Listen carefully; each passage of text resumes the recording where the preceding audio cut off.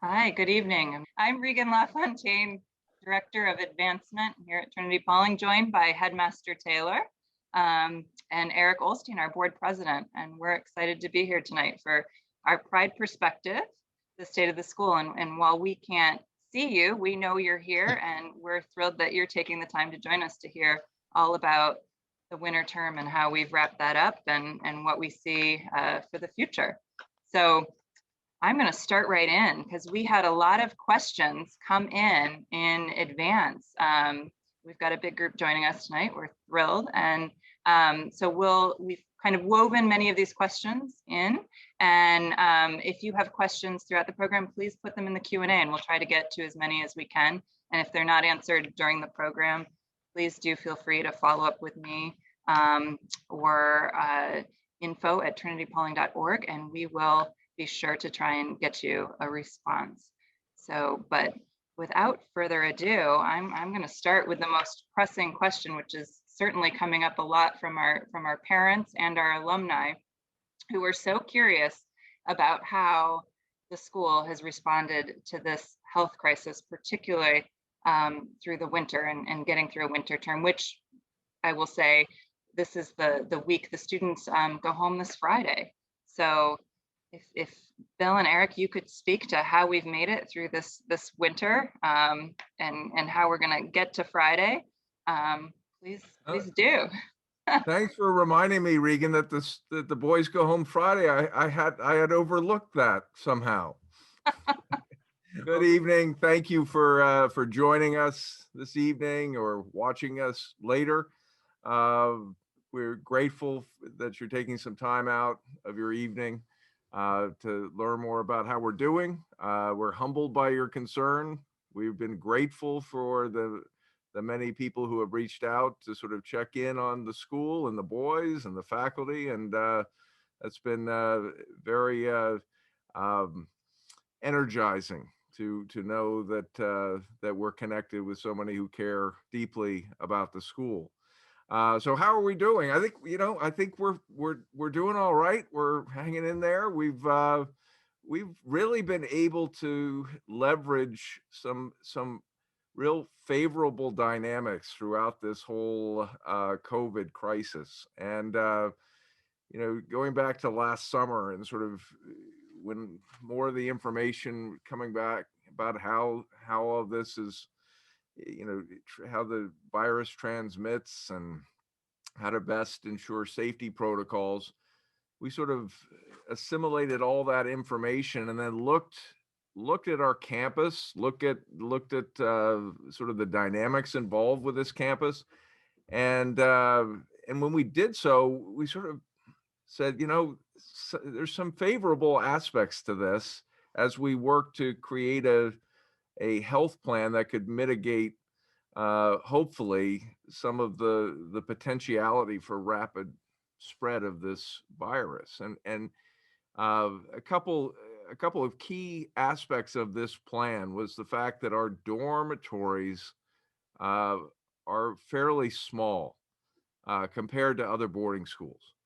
And then over a year ago, we had invested a good investment of resources to update the overall security of the campus. And so we moved away from key access to the dormitory buildings to key card access to the dormitory buildings and to the dormitory units within a building. And of course, that was done, with an interest in safety and all of that. But that also lended itself, quite conveniently to being able to create small dorm units where only students who lived on those dorm units could have access to those dorm units. And so what we were able to do is to limit the comings and goings of students from building to building. The buildings are smaller, so we could limit the density. And because this is a school that has always valued gathering together in community, our dining hall, Scully Hall, is a big building. And while we weren't able to have uh, the types of family style meals that everybody remembers during this crisis, we were able to get the boys and the faculty in and out of that building in a pretty organized way, while still only having two people sit at a big round table. And so everybody could be distant while eating. So we didn't have to do what some schools did, and that is to get like a four-person plexiglass divider into their tables. And uh, so we were able to leverage the size of the buildings, both the larger buildings for communal gatherings, and then the smaller buildings for the residential aspect of life here. And then the classroom building, we've got a lot of classrooms, and we could create class sizes that were based on the safety, the distance protocol. So the dynamics of the campus favored themselves pretty positively compared to other schools, and that was true in the fall when we could be outside. And the big unknown was, okay, how are we going to do in the winter? And I'll have to be honest with you, when I saw this pop up, this Pride Perspective pop up for uh, March 3rd, uh, back in December or November, when I saw it on the calendar, March 3rd seemed like a long way off when you started thinking about the winter and all of these things. Because, in the fall, we were able to gather outside for chapel. The boys were doing a lot of things outside on weekends. The dorms were having bonfires and cookouts. And we knew we weren't going to be able to do that, or we didn't think we'd be able to do that during the winter. So there were a lot of unknowns. Uh, but but it's worked out well. Uh, we offered our day students the option to board on campus for the winter term only, with the objective being to limit the comings and goings of students to and from campus during the winter. And many day students accepted that offer. If they couldn't or wish not to, they were given the option to be remote for the winter, and some of our day students were remote. We shifted from surveillance testing, PCR testing, which we were doing in the fall, testing 20% of the community every week. We shifted from that type of testing to weekly uh, testing, PCR testing, of all of the students who were on campus, uh, and all of the faculty on campus, and the few faculty that were coming and going who lived nearby. And that was a key component of this strategy, is to have the weekly testing. And then, of course, the continued safety measures, which I have to say that the students have been excellent from the beginning. Uh, Really, with the face coverings, you know, they're not so good. We're not so good on the distancing when we're outside. I mean, that's something that you know I keep having to remind people about. But the face coverings, I thought, at when I sort of envisioned this over the summer, that was going to be not a battle, but something that we'd have to continue to remind the boys about. And really, that has not been the case. They've been great with that, and that's been a key factor in our success. Um, and then about I'd say 4 weeks ago, 5 weeks ago, in the state of New York, educators and those working in schools were placed into category 1B of the vaccination schedule. So we started having employees uh, being vaccinated probably uh, in mid to late January. And that has continued throughout these winter months. And I would say that we're probably approximating, over 80% of our employee base that has received at least one dose of the vaccine, and many people who have received both doses of the vaccine.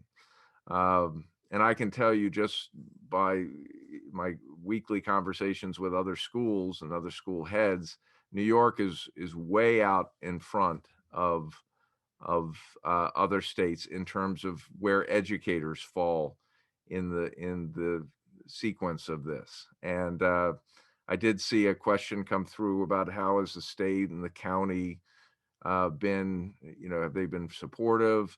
And the county, the Dutchess County Health Department and the New York State Health Department has been very, very responsive, both with questions about the vaccine, but also questions about how we as a boarding school fit in uh, or don't fit into protocols with other schools, particularly sort of larger public schools. And they've been very understanding of our status and really have been regarding us more as they would regard a college, which makes sense. So, we've been able to do well during the course of the winter. We had a few cases, but they were cases of people bringing the virus onto campus. And when I say a few, I mean just a few, just like 3. Uh, and and each of those situations where somebody came with it back onto campus, um, and and and so our protocols kicked in, and so we've been very fortunate. We haven't had to close down. I was speaking with 2 people from 2 different schools just today, and they had to send their entire student population home 3 weeks ago because of an outbreak. And then another school had to send many students home because of the contact tracing. So we're consider ourselves fortunate, and we we'll continue to build on that as we head into the spring. So that's sort of how we are this winter. Erik, what are your thoughts from the board perspective? Listening to you, Bill, and I just can't believe we've been going through this in a year, but it just underlines the importance of a good plan. I think Trinity-Pawling has a long history. I know alumni will agree with me on sagacious leadership from its headmasters and, of course, fervent support from the Board of Trustees. The Trinity-Pawling community, of course, will be forever grateful, Bill, to the faculty and their dedication, their resiliency and foresight to allow our boys back on campus. It's been so important for the school and for our students to be able to get back on campus. And for those who were not able to get back on campus, to have the technology to support their education from afar globally. It's Trinity-Pawling is operating globally right now, providing this education.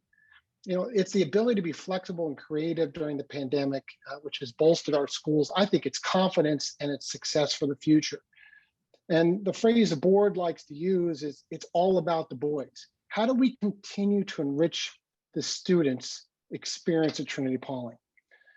A few months ago, our board was part of a continuing education program provided by an outside organization, and they had psychologists on there trying to help the board understand what stresses schools could be going under. And I'm not belittling what the psychologists were trying to help us with, but one of the things they suggested was to stop all strategic planning and just focus where we are today.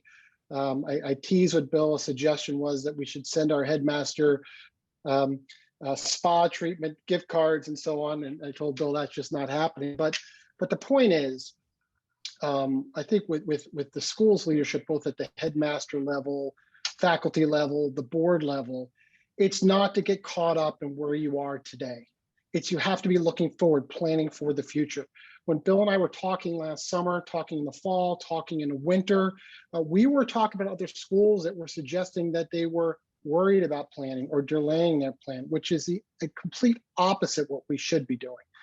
So the Strategic Planning Committee is going forward and remain committed to school strategic plan, a plan which will support and enhance our school's level of excellence in boys' education. And I'm really proud that we're able to do that, and our board's able to continue to do that. I also want to thank Reagan LaFontaine, her team, and our donors to the school. The school's annual fund has not faltered. In fact, it's remained steady, which is a great testament to all of you who've contributed.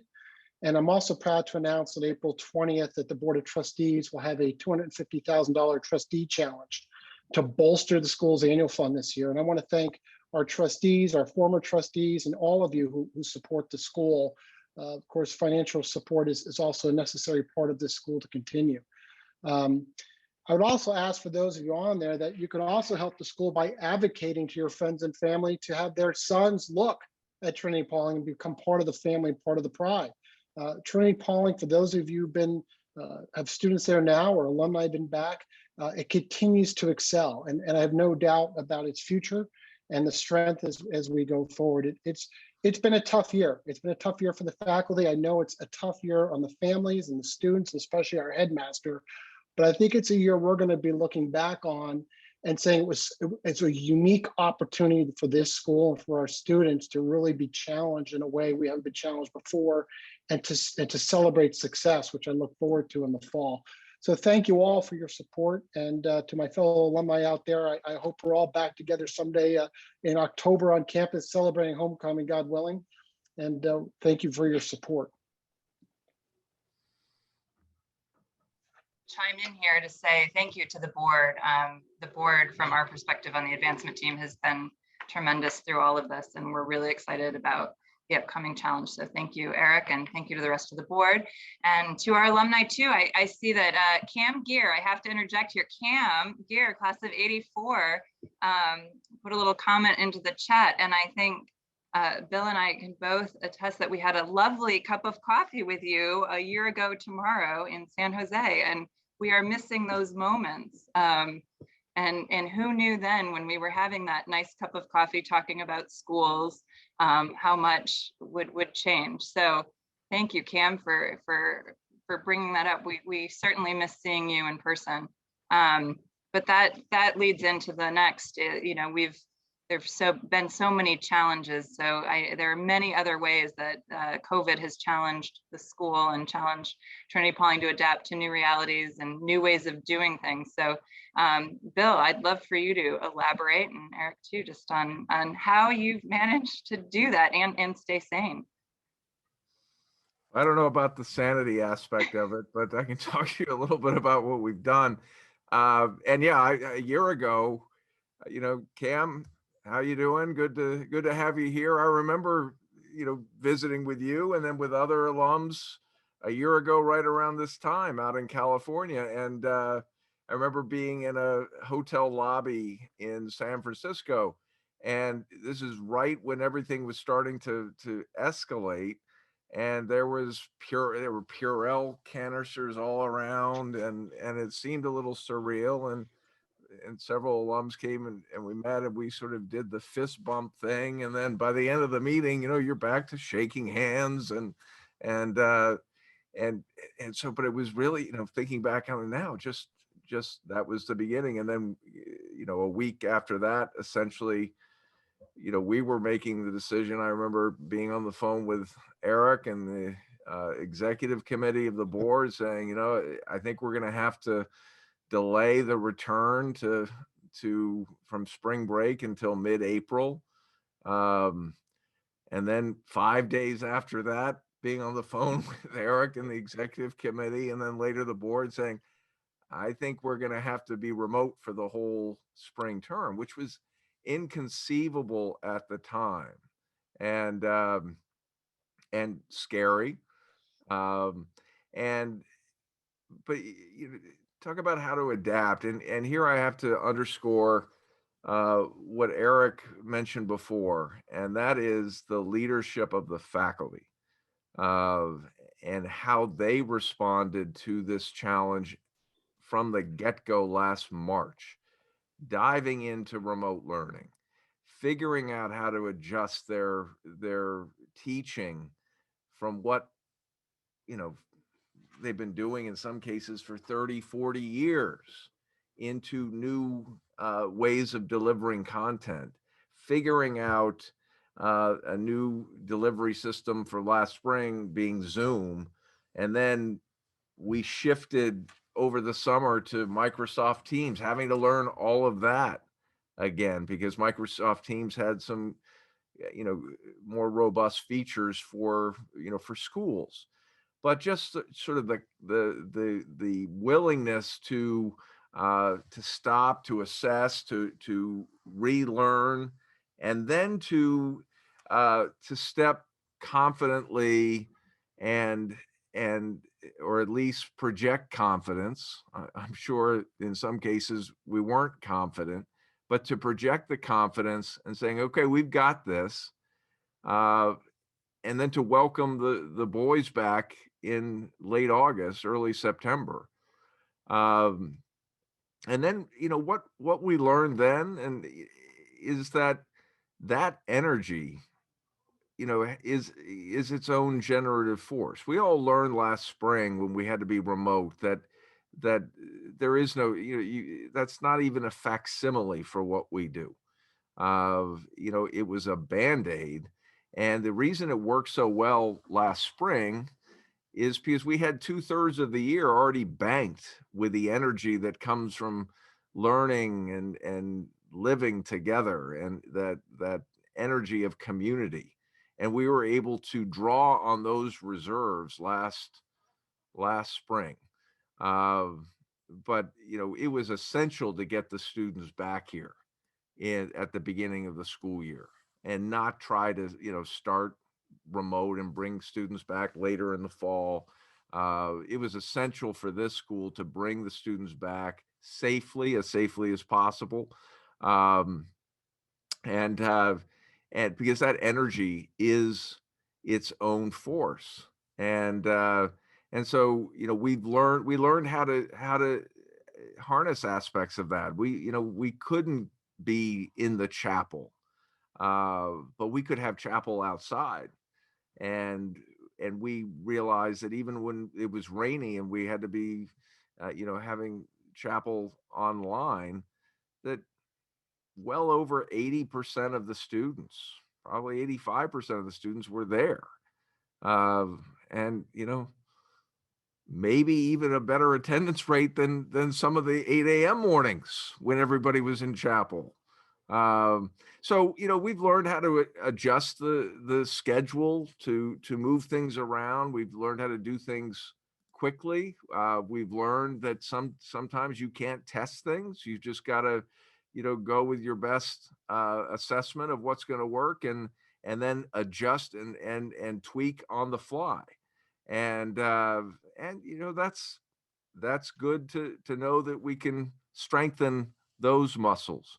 Um, so I want to credit the faculty for their leadership with this, and credit the students for their willingness to engage in this in a positive and proactive and creative, and in many ways fun ways. I mean, there are students sitting out in the lobby right now. I can hear them laughing, and they're gathering. And the lobby of Cluett and the learning commons of Gardner Library are the places where kids can gather.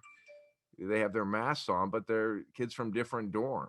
And so the students have learned how to do things differently, including getting outside. Now, we haven't been able to do too much of it during the winter, although we've got it was great winter for snow, so kids sledded. We cut school close. We cut off a couple periods of the day one day when there was a great snowfall, and the kids went and spent a couple hours sledding or having snowball fights. And so kids have been outside. And in the fall, and I suspect in the spring, the boys have discovered parts of this campus that they didn't even know existed. And they've enjoyed it. So I think there's been a lot of learning and growth. And Erik, I know the board has had to adjust, and there's been a lot of learning and growth on the board. I mean, things that we can't do the way we normally like to do them. But to your point, we've kept, you and your leadership of the board and their commitment have kept moving things forward. We have. I mean, it's as you know, Bill, and as Archer, Phil could attest to, and Liz. Nothing replaces still coming together in that fellowship and presence, physical presence together. But I think the board is adapted just like the school has. board is comprised of people long-term on the board. We don't have we have a lot of institutional memory. So we understand the school, we get the school, we know how the school is supposed to work. And so we're adaptable, just like the school is. And think about Cam's comment about just a year ago. I know Art, we talk about conversations, and I'm sure a little bit, Bill. I mean, I was saying, I think you just had a 10 years worth of your career in about 1 year with everything that you've been faced with. And I know our conversations back last summer, I know as an alum, I'm really proud, just how Trinity-Pawling, its faculty, the students, how we've attacked this. And I don't mean plan for it, just plan for it. I mean attacked it. A year ago, there were some schools planning as if this was going to be over by the fall. And Bill and his team was planning as if, what if it's here for a year and we still have to do this? So the plan wasn't just, we're only going to be online for the spring, or we're only going to do it for the fall. It was a plan that was created that if we had to be, and now it looks like we had to be, could be executed throughout the entire year. And that's been such an advantage. And I think a testament to our institution, just how we think. So yes, the board has done a wonderful job, but it's definitely the boots on the ground that have really made this all work. And I mean, I referenced this a moment ago, but I think this is such a good takeaway that that we had to recreate, and the boys did a lot of this on their own, by the way, recreate aspects that were sort of built into the day-to-day experience that brought people together. So, we couldn't be in the chapel. We can't be in the dining hall for family style meals. The classroom instruction looks different than what we had transitioned to. We were doing mostly Harkness style instruction, lots of discussions and, people sitting, in collaborative spaces. Well, you can't do that in COVID. You have to teach like you taught, 15, 20 years ago, with everybody facing the front of the classroom and kind of separated. And, ironically, we changed out all the furniture, from that, those types of classroom furnitures, it's all gone. So we had to readapt Harkness tables to make them look like they were in old, more traditional classroom settings. But that's all right. I mean, it looks kind of, clunky if you're walking through, but nobody's coming through for tours really. We've adapted. The boys can't go to town. They can't get food delivered to campus. There have been no weekends. But you know what?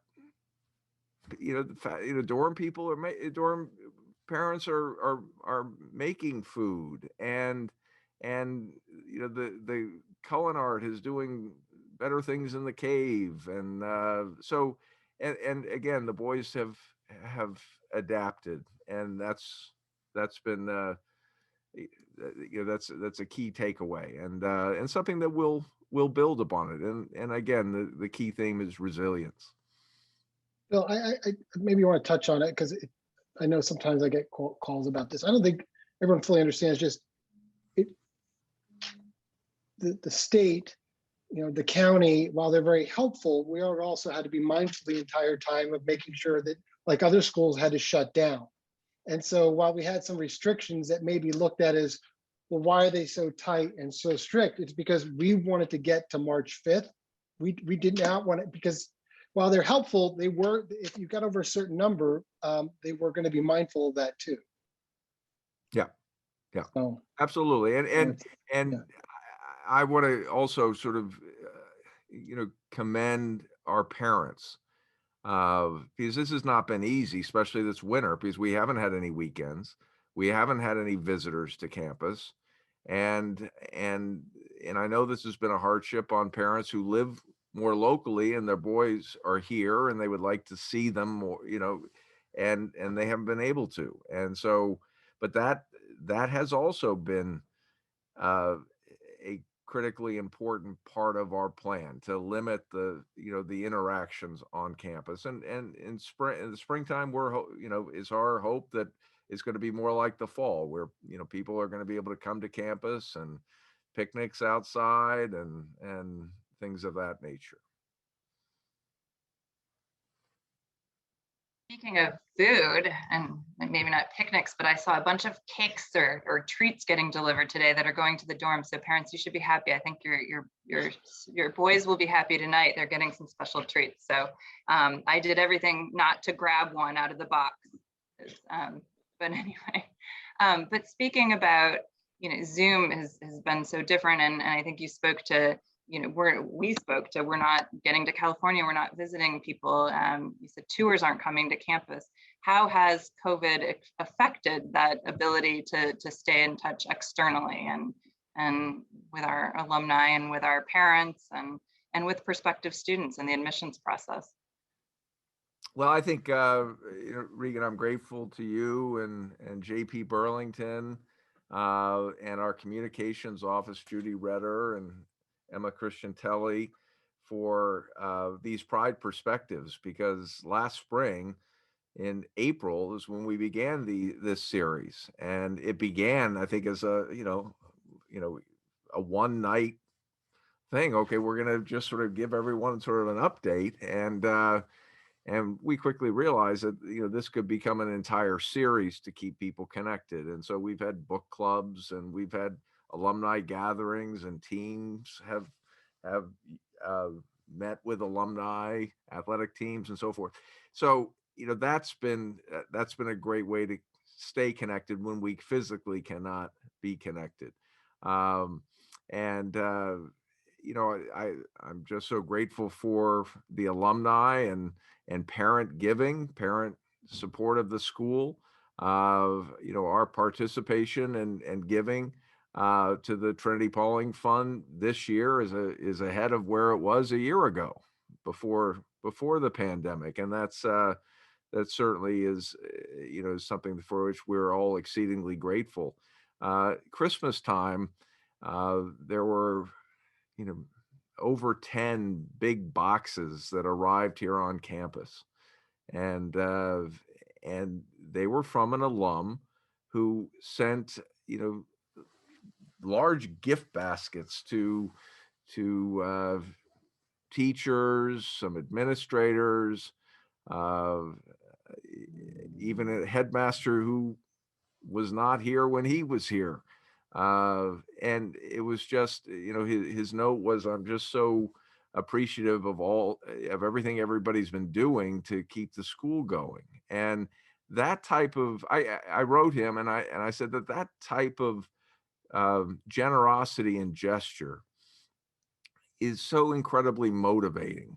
When we get phone calls or emails, or people being part of this tonight, uh, it is such a gift of energy and and spirit to everyone here. So we're grateful for that. We're grateful for people who have reached out. Um, one of the things that we've not been able to do, obviously, is to travel. We look forward to doing that. Hopefully next year. Um, but we haven't been able to do admissions work the way that we've been able to do it in the past. When the boys were here in the fall, we had no visitors, so we had some visitors come and look at the campus. Admissions families come over the Christmas break when there was nobody here, but during the winter, nobody's been able to come. They'll come during the spring break when nobody will be here, none of the students, but they're not really going in and out of dorms or anything like that. So it's a limited experience in that regard. But if you've been on our website, we have a great new 360-degree panoramic view of the campus, and so we've sought to find other ways to welcome people to the school, to learn more about the school. The website's very dynamic and has got a ton of information and is pretty easy to navigate. So that has been helpful. And then we're looking forward to ways in the spring, as Erik and Regan, you've said, on April 20th and throughout the spring, to help continue to connect as we continue to try to raise money to meet the needs of the school. And there have been, as you might imagine, lots of COVID-related expenses that that the school has incurred. I mean, it's not cheap to test everybody every week, but it's been essential to the overall learning program. Um, Admissions, we anticipate will, continue to be a challenge just in terms of people's inability to visit any campuses. If we look at the admissions activity around the country, it's decreased for day schools, boarding schools, because people are not able to visit. So, we're caught up into that dynamic. But we're also, we're getting a fair share of inquiries. We're replacing the the inability of people to be here uh, physically with other opportunities to connect virtually, lots of phone calls and things like that.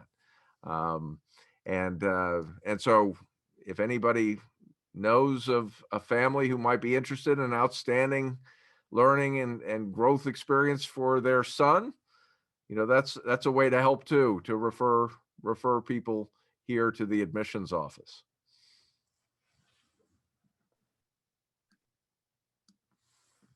Alumni, if you're missing seeing campus, you can see it now, or do go on that virtual tour. It's kind of fun. You can hop into different buildings that you might be missing. So although you can't be here with us, you can visit online.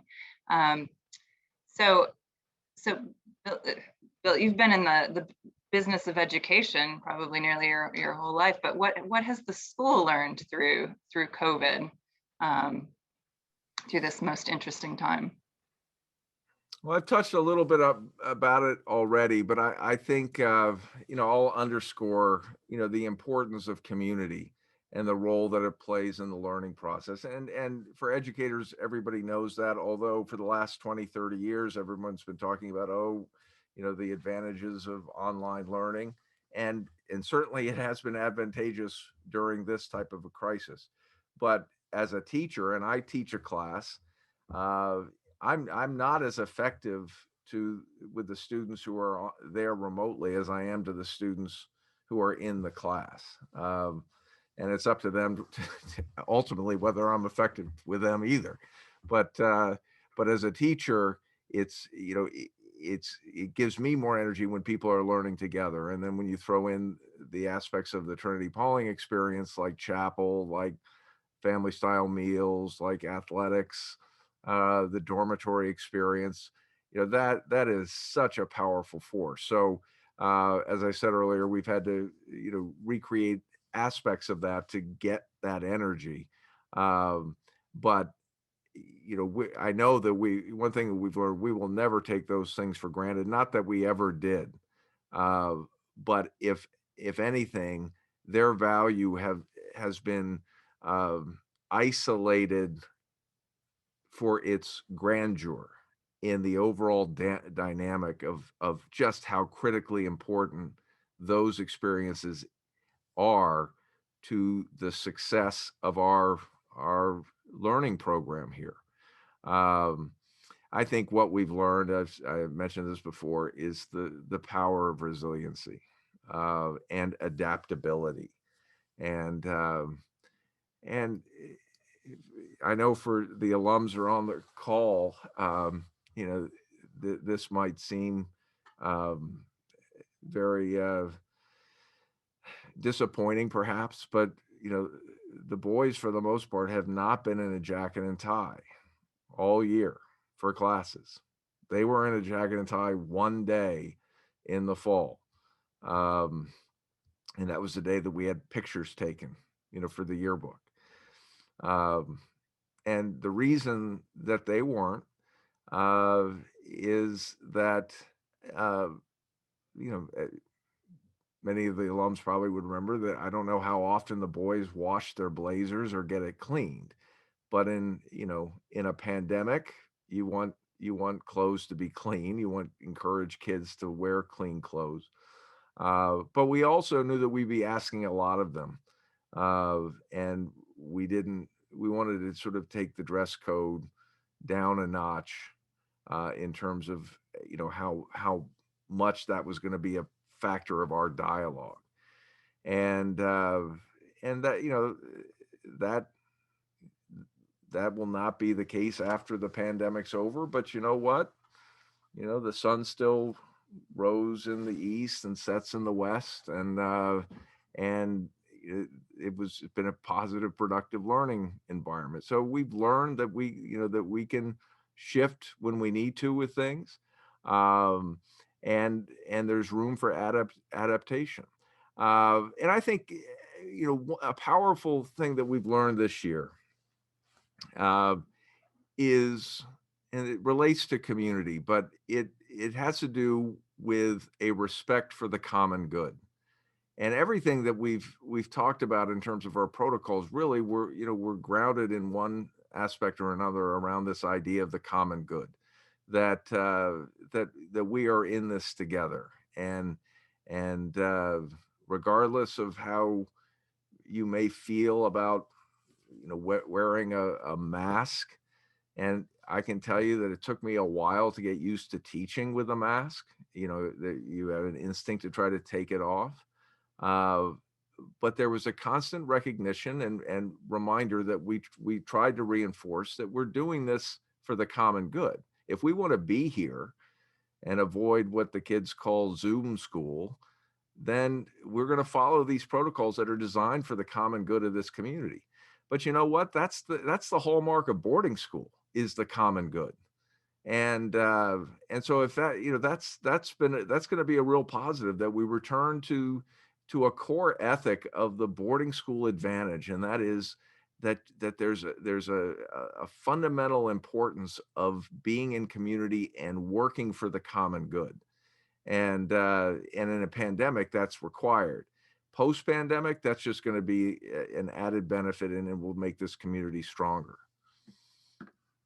So Erik, I don't know, how do you think the board has learned from this experience?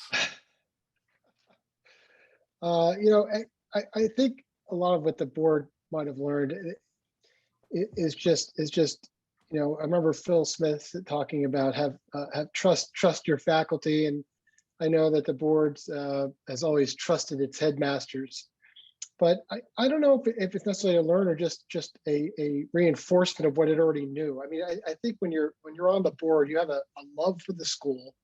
You want to see the school's success, and love for the boys and single-sex education, which we're all strong believers in. And I just think sitting back and watching again the faculty and the students, and I mean, all facing the same stresses we're facing as a board for our home life, making this work. I mean, it's never going to be absolutely perfect, but it came pretty darn close, considering what everything we've been faced at and the different twists and turns. So I think the board is very fortunate to have the leadership that is at the school, that's always been at that school, which make Trinity-Pawling. You remember, Bill, your book, The Two Mountains by David Brooks. I mean, it's that foundation is there, that ethos in Trinity-Pawling is there. And while there may be certain traditions, you talk about no jacket and tie this year and so on, but as an alum, I was talking to a classmate from 48, my friend Joe Callow, and I asked him what he remembered most from his experience at Trinity-Pawling, and what he said was the faculty. I mean, he didn't say jacket and tie. He didn't really. He was a sports star, athletic Hall of Fame, and what he remembered about the football field and games won. The first thing this man said to me was the faculty, and I think we should all just take pride in that. So despite when we come back over the years, that we've been able to stick to that through and through. So that's my 2 cents.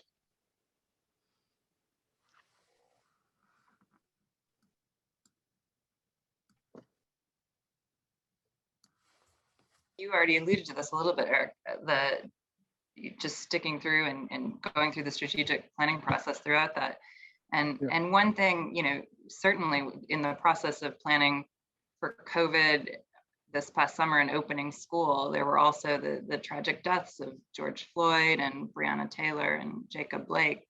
How has the school responded to this outcry for greater justice, social justice, and the Black Lives Movement? Yeah, great question. In a weird way, we were able to respond perhaps more immediately because of how we were already dealing with COVID.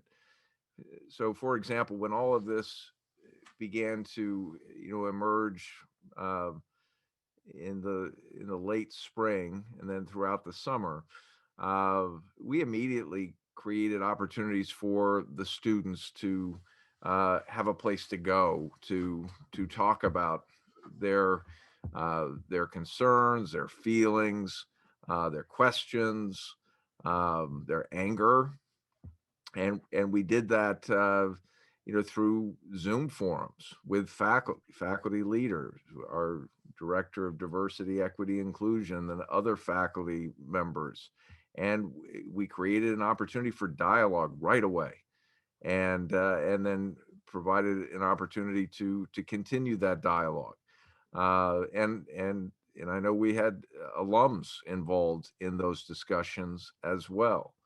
Uh, we had an all school reading assignment of Just Mercy by Brian Stevenson. We were able to create advisory discussions of the themes of that book when school came back into session in September. Um, we did during the course of the summer, as we have done in past years, but it wasn't really on the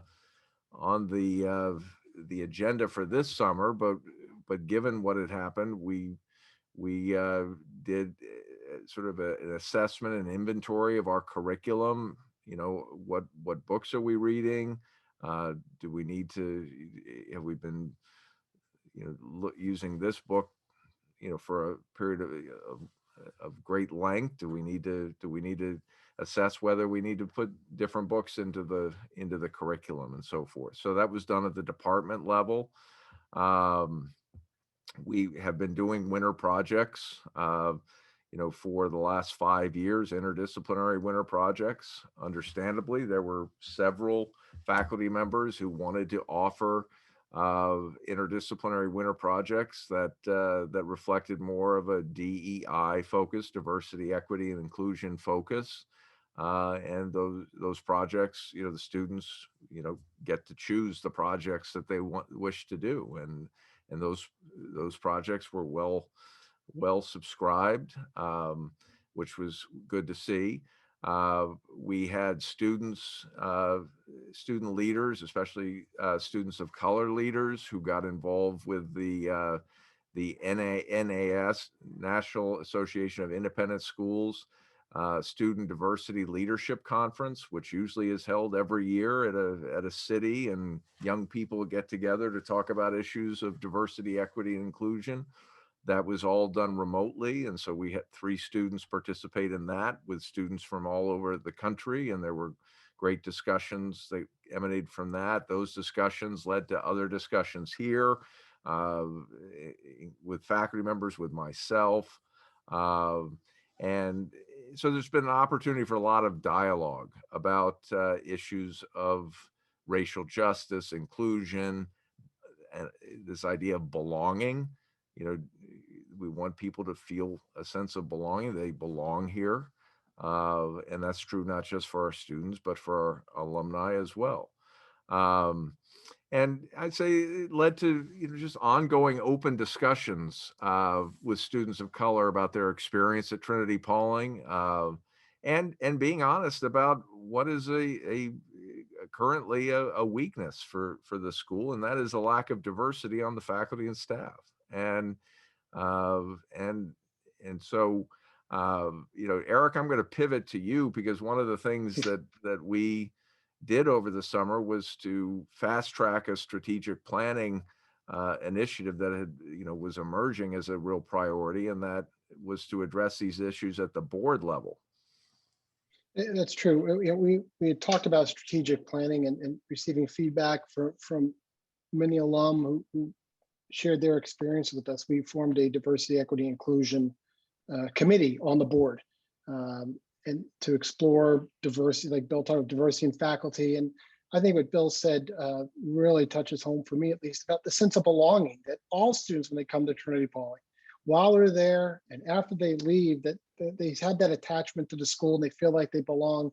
They feel that they are contributing to the community and feel that their contributions are welcomed in the community. And I think that's what we want from our school, from our students, that we talk about men of character, we talk about the brotherhood, but we have to live up to those ideals. We can't just talk about them. We actually have to execute them and demonstrate them.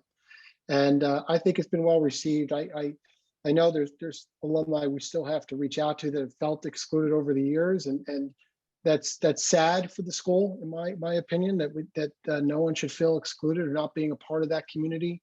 And we will do all in our power to let them know that they're loved and part of that brotherhood, like everyone else that's graduated from there. So I think the most important thing when we talk about these issues is that I think building the school provides the right level of discourse for the students to have discussions, to express themselves in a proper way that we'd want everyone going out in the world to do so, especially today, what we see going all around us, and the Twitters and the Facebooks and the yelling at each other, that our sons at least can be taught from a very basic level, to maybe don't have to agree with everyone all the time, but to level of respect. And again, we talk about being a brotherhood. We're all a part of that family, that at least we respect each other on a human level. So very proud of the work we're doing. There's a lot more to be done, but we're on the right track. And, thanks, Eric. And, the board and I have been talking about ways that we can further that, not just from a DEI perspective, but also just a larger educational perspective. And I know our time is running short, but one of the areas that we're going to be introducing, one of these new initiatives that we're going to be introducing, is to be very deliberate about creating opportunities for the boys to be active in their learning. And so we're going to be in the process of creating different institutes at Trinity-Pawling where we can create specialized programming for learning. And so there'll be 4 institutes that will come online, first sort of on paper, and then as we gain momentum in more of a apparent way. But the 4 areas involve entrepreneurship, environmental stewardship and awareness, leadership. But the 4th is citizenship. And this is relevant to what you just said, Eric, that we want to create opportunities where we can teach the students what's involved to be a responsible and engaged citizen in a democracy. And that involves dialogue, that involves respect, that involves listening, and that involves learning. And to be a good citizen is far more than just being a good person. It's to recognize in a democracy that we all have rights to promote and sustain the future of a democracy, and responsibilities in that. And those are things that need to be taught and modeled, where people who have different experiences, different backgrounds, different viewpoints can engage civilly and learn from one another. And so, responding again to Regan, your initial question, we're going to have even more of avenues in place as we look to the future at Trinity-Pawling for those types of discussions. And just speaking of the future, so we Friday, we've made it through winter, right? The students go on a 2-week spring break, I think a well-deserved spring break. They're anxious and excited about that. What when they come back, what will the spring look like for Trinity-Pawling? Hopefully it's warmer. That'll be key. When the students come back, there's a 2-week break, and then after their 2 weeks of break, where we're really not asking nothing of them, they will have a week of remote, and we want them to be doing that from home, so they're not sort of out and about. And then the boys will come back sort of late March, as they typically will do, and everybody has to come back with a negative PCR COVID test.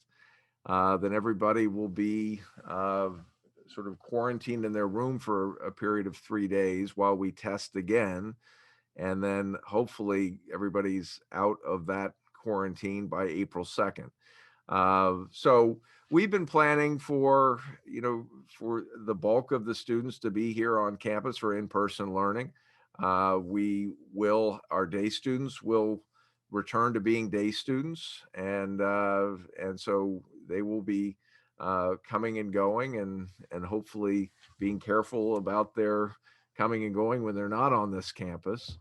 And the winter, I neglected to mention this, we've been able to start playing some sports under very prescribed conditions that involve sort of like-minded approaches from both schools, involving weekly testing, transparency of communication, no spectators, and things of that nature. So we have we have a tentative schedule in place for lacrosse and baseball, and we'll be adding to that. But we've got an athletic schedule sort of in the works for the spring, which is more than what we were able to do at the beginning of the fall or the beginning of the winter. But we were pleased in the winter that we were able to get some hockey and basketball and some squash in during the winter. So we expect that to continue during the spring. And as I said, continue on with weekly COVID testing. And as we do have sports games, we post those links on social media, on Facebook and on Instagram. So stay tuned, and if you're able to, try and catch some of those games online if you can. So the big burning question from our senior parents, and probably our seniors too, is what do you think graduation will look like? Great. Well, those senior parents have seen, and the seniors have said that we've got a date for it. And on the most recent calendar, I think it's referred to as graduation weekend. And so we are planning for it. We are at the mercy of the state in terms of being allowed to have that many people gathered.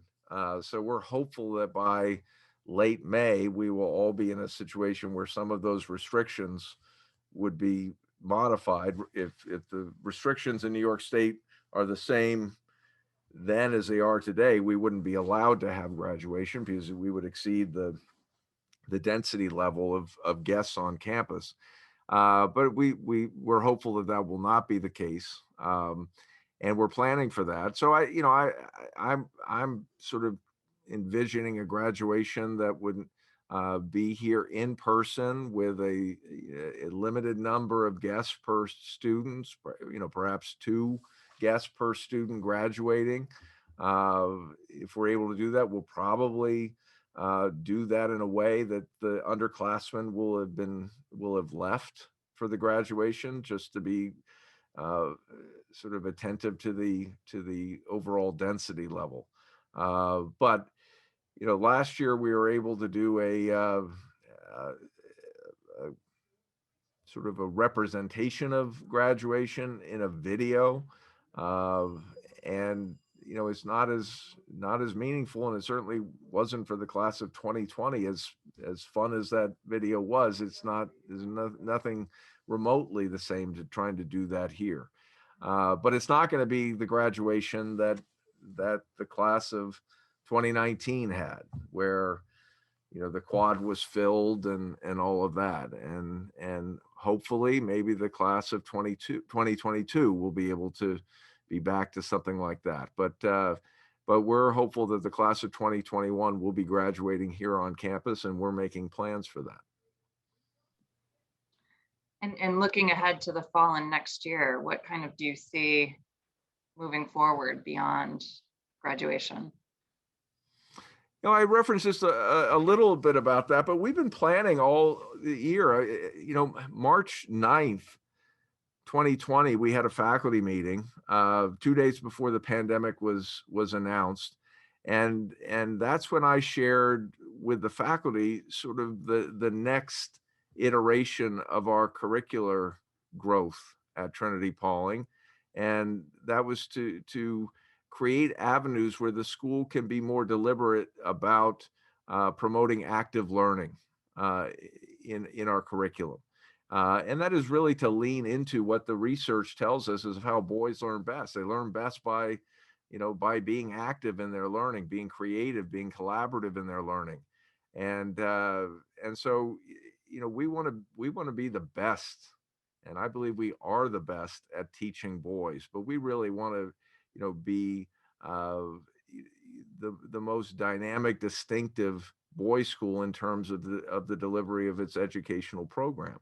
And the creation of these institutes is the next step in that journey, where boys will be able to seek out some learning opportunities in these 4 different areas. The environmental institute is really going to leverage the whole outdoor education program that we've begun, including the continuation of the farming program that began about 10 years ago, but now with the acquisition of a whole new segment of our campus, 94 acres, we've got a much larger farm that's been created. So we want to build programming around that. I mentioned sort of the citizenship opportunity to teach the boys what that is all about. We want to be more deliberate about teaching leadership. We've been doing that in our senior leadership program since 1990, but there's so much more that we can add on to that. And then we want to create ways for boys to be entrepreneurial. And boys with the projects that they've been doing have been very entrepreneurial. But what's the next iteration of that? How can boys who are interested in taking an idea and finding ways to monetize it, how can we help them in that process? And and so that's an exciting new development. What we envision is that in a short amount of time, when a boy is a junior, they're going to be able to sort of essentially declare a major in one of these 4 different areas, and then develop some original content area that they will have time to develop in these 4 areas. And that's going to really be a catalyst to really what the ultimate objective of education is, and education at Trinity-Pawling is, and that is to provide opportunities for boys to have a much deeper level of self-awareness. What do I like to do? What are my interests? What perhaps are my passions? And what can I do with those interests and passions? And all toward facilitating a sense of, this is who I am, and this is what I like to do. And schools should be about finding ways for boys to do that while they're learning the things that they need to learn. And we're not going to move away from that. We can do both, and so we're going to be, looking to expand upon that aspect of the learning program, which really dials back into the mission of the school. Because if we're successful at that, and we will be, then the boys who graduate from Trinity-Pawling will be leaders in an ever-changing world, and they will have learned how to adapt. They will have learned how to lean into their strengths, and they're going to learn how to be leaders. Erik, you want to add on to that? No, well said, Bill. Well said. Proud to be a part of the team. And in we have a last question of the night, and this is a funny one. This comes from an alum who clearly remembers being on campus and probably is missing all the dogs and faculty children. So can you tell us how the dogs and faculty children are doing in this most interesting time? The dogs are getting lots of walks. So I mentioned the 93 acres, the 94 acres of the school acquired a couple of years ago. There are lots of trails up there. So lots of dogs getting walked around campus. So they're enjoying it. But most importantly, the faculty children who love the dogs, and the dogs love the faculty children. But the faculty children, have had, they've had a blast because, their friends are here. I mean, Regan, your kids are there, and their friends are around, their parents are around, and this winter we've had a lot of snow, so there's been fabulous sledding. Yeah, I can attest. It's been amazing for the kids. I think there's no better place to be during COVID if you're a faculty kid than on a boarding school campus. Yeah. So I just want to thank you, Headmaster Taylor. Thank you, Erik, for giving us this update tonight. And thank you to everyone who tuned in, our parents, alumni, board members, faculty, staff, and friends.